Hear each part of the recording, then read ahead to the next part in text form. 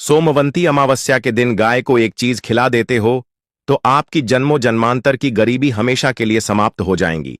वास्तव में अगर आप सोमवंती अमावस्या के दिन अगर आप यह उपाय कर लेते हो तो यकीनन आप पर भगवान शिव माता पार्वती की असीम कृपा होगी और आप धनवान बन जाओगे।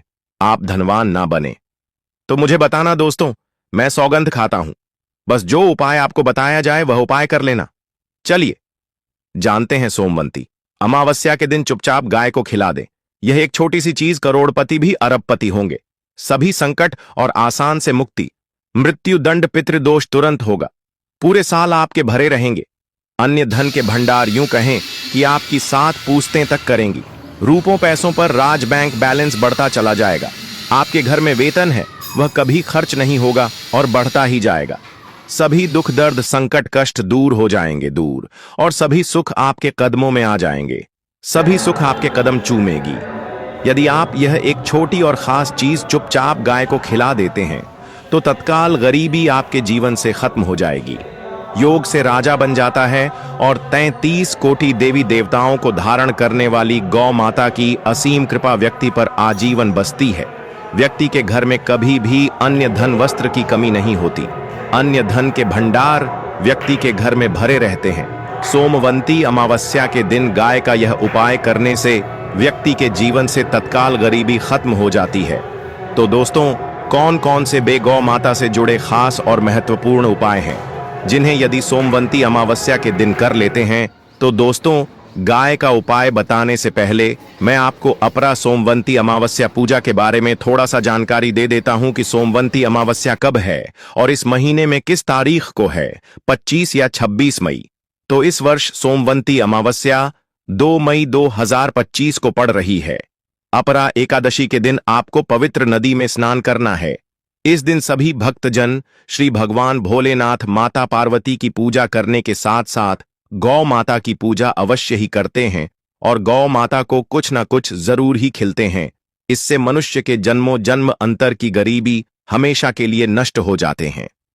दोस्तों, जिस दिन का इंतजार दुनिया भर के हर पंडित, एस्ट्रोलॉजर और हर हिंदू भाई हैं को रहता है, वह दिन अब आ गया है। दोस्तों, आपकी जानकारी के लिए बता दें, हिंदू धर्म में सोमवंती अमावस्या बहुत ही धूमधाम से मनाई जाती है। इसमें सबसे पहले भगवान शिव की पूजा की जाती है, माता तुलसी की पूजा की जाती है, देवी देवताओं की पूजा की जाती है और जो भोग बनाया जाता है गौ माता की पूजा की जाती है। लेकिन इनमें सबसे ज्यादा महत्व सोमवंती अमावस्या का माना जाता है।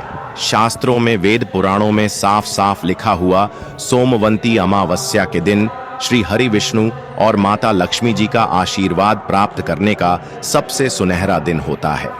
इस दिन भगवान विष्णु माता लक्ष्मी जी बहुत ही ज्यादा प्रसन्न मुद्रा में होते हैं और अपने दोनों हाथों से अपने भक्तों पर कृपा बरसाते हैं। एक तरफ दोस्तों, मान्यता है सोमवंती अमावस्या के दिन जो सूर्य होता है वह अन्य दिनों के मुकाबले सबसे ज्यादा प्रकाशमान होता है। सोमवंती अमावस्या के दिन सूर्य देवता को आगे दिया जाता है।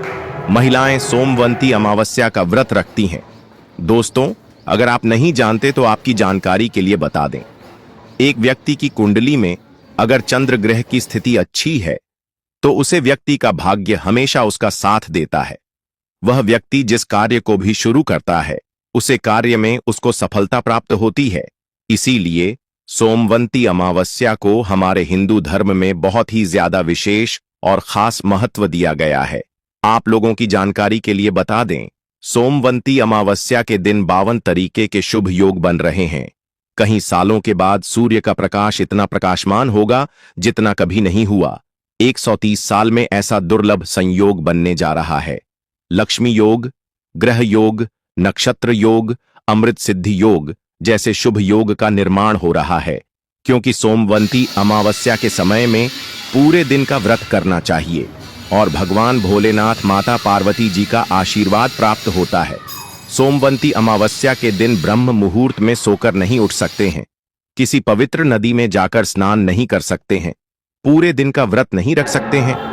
वैसे तो दोस्तों, सोमवंती अमावस्या के दिन स्नान और प्रातः का विशेष ही महत्व होता है, लेकिन इस दिन अगर आप ज्योतिष शास्त्र तंत्र शास्त्र के अनुसार एक गाय वाला उपाय विधि विधान से सोमवंती अमावस्या वाले दिन कर लेते हैं तो आपकी जन्मों जन्मांतर की गरीबी हमेशा के लिए समाप्त हो जाएंगी। वास्तव में अगर आप सोमवंती अमावस्या के दिन अगर आप यह उपाय कर लेते हो तो यकीनन आप पर श्री हरि विष्णु और माता लक्ष्मी की असीम कृपा होगी और आप धनवान बन जाओगे। इस दिन सभी वक्त जन श्री हरि विष्णु तथा माता लक्ष्मी की पूजा करने के साथ साथ गौ माता की पूजा अवश्य ही करते हैं और गौ माता को कुछ ना कुछ जरूर ही खिलते हैं।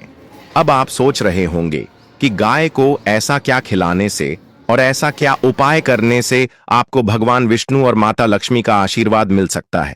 तो दोस्तों, आपने देखा होगा जब भी आपके घर पर दिवाली की पूजा होती है या धनतेरस की पूजा होती है या फिर सोमवंती अमावस्या की पूजा होती है तो आपके घर वाले गौ माता की पूजा जरूर करते हैं और गौ माता को जो भोग होता है उसमें से कुछ ना कुछ खिलाते हैं। ज्यादा नहीं तो 2 पूरी अवश्य ही खिलाते हैं।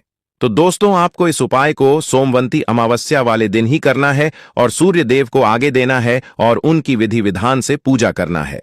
इस बार जो सोमवंती अमावस्या क्योंकि इस वीडियो में आपको गौ माता से जुड़े उपाय के बारे में बताने वाले हैं जिन्हें करने से आपके जीवन के जो भी दुख दर्द संकट है या कामयाबी होने में कोई बाधाएं आ रही है, सभी से छुटकारा मिलने वाला है।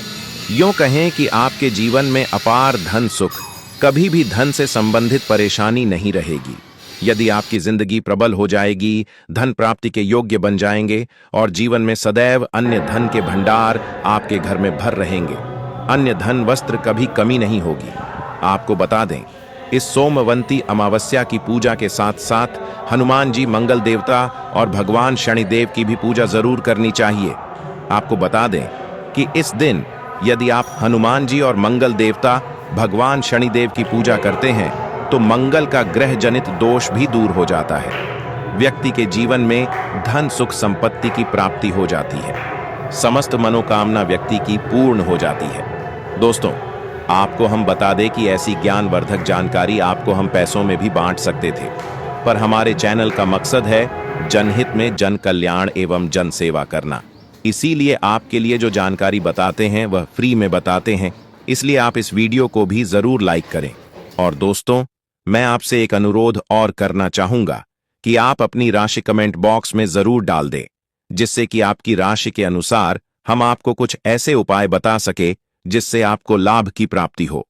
क्योंकि हम राशि से जुड़े उपाय भी आपको बताते हैं, तो आप कमेंट बॉक्स में अपनी राशि हमें जरूर बताएं या अपना नाम बताएं, जिससे आपके लिए कुछ हम ऐसे उपाय बता सके। साथ में जय गौ माता अवश्य लिखें। दोस्तों, साथी से एक उपाय ने तो जरूर करना है। गाय का उपाय बताने से पहले एक उपाय आपको बता दें। इस उपाय को लाइक जरूर करें। क्या करें कि शाम के समय पीपल के पेड़ के नीचे आपको सरसों का चौमुखी दीपक, आटे का दीपक बनाना है। चौमुखी दीपक में आगे की बाती लगाकर सरसों के तेल का दीपक जला देना है। आटे का दीपक बनाएं, जो मुख्य तेल डालें उसमें बाती ही डालें। लाल वाली कलावे की दीपक जला दें। 4-4 बाती लगाकर चारों दीपक मतलब 4 भाग उसके बन जाएं। हर एक भाग को जलाएं और बीच में 2 सबूत फूल वाले लौंग भी डाल दें। फिर देखिए कैसे चमत्कार आपके जीवन में होता है। शाम के समय जलाकर उसे छोड़ें, मनोकामना मांगकर छोड़ दें। दोस्तों, अभी तक अपने चैनल को सब्सक्राइब ना किया हो तो जरूर कर ले। इससे आपको और भी ज्ञानवर्धक जानकारी सीधे माध्यम से प्राप्त हो सके। दोस्तों, यह गौ माता वाला उपाय बहुत ही प्रभावशाली उपाय बताया। मैंने आपको इस उपाय को जरूर करें, बहुत ही लाभकारी उपाय बताया है। बहुत ही आपको लाभ देगा यह उपाय। और अब बात करें गौ माता से जुड़े कौन कौन से उपाय आपको इस दिन मतलब गाय से जुड़े, जिन्हें करने से व्यक्ति को 7 पीढ़ियों तक बैंक बैलेंस की कमी नहीं होती, दुख दर्द संकट कष्ट दूर हो जाते हैं और सभी सुख व्यक्ति के कदमों में आ जाते हैं। तो दोस्तों, सोमवंती अमावस्या के दिन आपको भगवान भोलेनाथ माता पार्वती की विधि विधान से पूजा करना है और उसी के साथ गौ माता की पूजा अवश्य करना है। और गौ माता को जो भोग सोमवंती अमावस्या पूजा के लिए बनाया गया था, उसे भोग से 2 पूड़ी जरूर ही खिला देनी है। सूखी पूरी नहीं खिलाना है। पूड़ी के ऊपर आप मिठाई या कोई सब्जियां, हलवा जो भी बनाया है वह आपको गौ माता को जरूर ही खिलाना है। दोस्तों, हर एक और मांगलिक काम में गौ माता या उनसे जुड़ी चीज जैसे गाय का गोबर, गोमूत्र, गाय का दूध अथवा गाय के दूध से बना घी जरूर शामिल करें। इससे आपको पुण्य भाव की प्राप्ति होगी। सनातन परंपरा के अनुसार जिस घर में गाय होती है उसे घर से जुड़े सभी वास्तु दोष स्वयं खत्म हो जाते हैं, क्योंकि पंचम्या के बिना कोई भी पूजा पाठ और हवन सफल नहीं होता। दोस्तों, महीने में एक बार हो सके तो परिवार सहित एक बार गौशाला जाने का नियम जरूर बनाएं और हो सके तो गायों को हरा चारा जरूर खिलाएं, जिससे सभी वास्तु दोष शांत हो जाते हैं। दोस्तों, आपका प्रिय चैनल कभी किसी को भी गलत जानकारी नहीं देगा और इनसे जुड़े दोषों का निदान हो जाता है। गर्मियों में गौ माता को पानी पिलाएं और सर्दी में गौ माता को गुड़ जरूर खिलाएं। ध्यान रखें कि सोमवंती अमावस्या वाले दिन गौ माता को गुड़ जरूर ही खिलाना है। गर्मियों में गाय को गोदना खिलाए। अनेक देवी देवताओं को अपने शरीर पर धारण करने वाली गौ माता से जुड़े कई शुभ और अशुभ संकेत भी होते हैं। मतलब गाय का दूध दोहते समय यदि गाय ठोकर मार दें और सारा दूध बिखर जाए तो अपशगुन होता है। यदि कोई यात्रा पर निकल रहा हो और गाय अपने बछड़े को दूध पिलाती सामने आ जाए तो निश्चित रूप से कि यात्रा के लिए आप निकले हैं, वह यात्रा आपकी जरूर ही सफल होगी और वह जिसके लिए आप निकले हैं वह जरूर ही पूर्ण यात्रा पर जाते समय गाय की आवाज आना और रात्रि में गाय की हुंकार करना भी शुभ होता है। दोस्तों, साथ ही साथ गाय के साथ आप भूल कर भी यह काम न करें, अन्यथा मिलता है। जी हां दोस्तों, गाय को राष्ट्रीय पशु बनाए जाने और इन्हें मौलिक अधिकार दिए जाने की बात हो रही है तो सवाल उठता है, गाय संस्कृति का अहम हिस्सा है, तभी गाय के साथ लोग खराब व्यवहार कैसे कर लेते हैं और जैसे ही दूध देना बंद कर देती है तो लोग इन्हें उनकी किस्मत पर छोड़ देते हैं। सड़कों पर और गलियों में भटकने के लिए ऐसे में गोवंश जीवन को कोई डंडे मारता है तो कोई उन पर पानी डाल देता है, कई बार लग जाती है, तो कभी बीमार होकर बेचारी गाय दम तोड़ देती है। ऐसे में जरूरत है इन बातों को जानने की। गाय को लेकर शास्त्रों में क्या कहा गया है, आपको कैसा व्यवहार करना चाहिए। क्या दोस्तों, गाय को कभी भी मारना पीटना नहीं चाहिए। शास्त्रों में गाय को माता का दर्जा दिया गया है। गाय को मारने वाला माता को मारने पीटने वाले के समान पाप का भाग्य समझा जाता है। नरक लोक में वर्षों तक कष्ट भोगना पड़ता है। अगले जन्म पशु योनि में मिलता है कि गौतम मुनि ने गलती से गाय को डंडा मार दिया था, जिस गाय की मृत्यु हो गई थी, और इस पाप से मुक्ति के लिए इन्हें वर्षों तक तपस्या करनी पड़ी। इसलिए यह अपरा सोमवंती अमावस्या श्री कृष्ण जी ने बैल स्वरूप में आए वृद्ध आश्रम का वध कर दिया था, जिससे मुक्ति के लिए भगवान श्री कृष्ण को संपूर्ण तीर्थ को एक कुंड में बुलाना पड़ा और इस कुंड में स्नान से वह पाप मुक्त हो गए थे। यह दोस्तों